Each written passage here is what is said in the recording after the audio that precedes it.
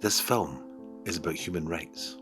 I think the most important thing about human rights is hearing people's voices and for them to be centre of decisions that are being made. Every human being wants is the freedom to live their own life. You have got rights. You can choose your own rights, what you want to do. If you ask someone in the street what human rights are, they would be thinking about these big cases that we see go to court and perhaps not the everyday things that we take for granted. I'm a human and I've got the rights to decide what I want. Human rights and service user involvement. Do you feel as though you're involved in the decisions in your life? Do you feel, yeah? Yeah, now. And how does that make you feel? Great. I think human rights are just the everyday rights, freedoms that we all enjoy. I think we can overcomplicate it, and when we think of human rights, sometimes we think about the high-end stuff. Actually, it's about the everyday things that make us human. Everything from the right to life, the right to family, and actually even the right to play. So it covers a whole host of how we live our everyday life.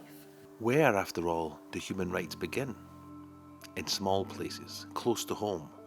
So close and so small that they cannot be seen on any maps of the world. So at the heart of human rights legislation, we talk about the 5 dimensions of inclusion, kind of the things that make us all human, make us all feel involved and have a good life, and one of those is choice and control. And it's amazing how many people don't have that, or they don't feel they've had it, maybe because of previous experience. Derek told me how empowered he feels now his voice is being heard. Just getting to pick his own food means the world to him.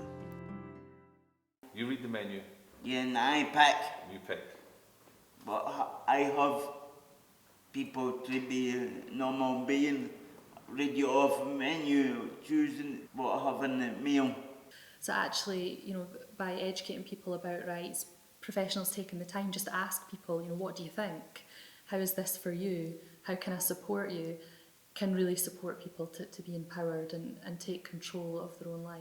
It's helped me even more to know that my rights are recognised with people that I am talking to, or even going to advocacy to say stuff. I know my voice and my rights are getting listened to and getting heard.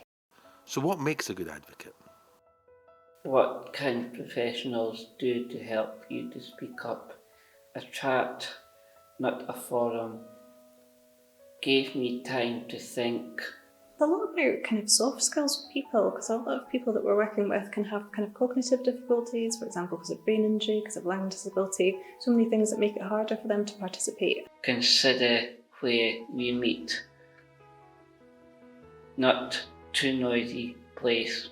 And having that direct advocacy worker that can really help them understand information, help them remember things, that can make such a big difference, and it's about the relationship as well. Using words that I can understand, getting to know me, be patient. I might ask you to repeat what you say in a way that I can understand. Advocacy workers do have, they have great relationships with the advocacy partners a lot of the time, because there isn't that kind of power imbalance, and their kind of participation really helps reduce that and helps them feel more comfortable in the decisions that are affecting them. The power imbalance. A lot of the people we support, they kind of either really feel this power imbalance between themselves and professionals, so professionals kind of being way up here and where they feel they're at is down here, and that can be a barrier for them to then communicate effectively with people. And again, sometimes that can be perceived, sometimes that's the reality for the individuals that we're supporting. So the support we provide is helping to bring that more in balance, so that people feel empowered and confident enough to put their views across. When someone else is solely speaking on your behalf, you're never going to get what you want. You're only ever going to get what that person thinks you want. Robin is a board member of Angus Independent Advocacy. He previously was an advocacy partner. He uses his experience to help others. I've done several talks. I've talked about my own illness. I'm open about my mental health because I want other people to understand that they can get help. When I first got involved with advocacy, I hadn't spoken in 3 months. When you're in deep depression, you can't speak.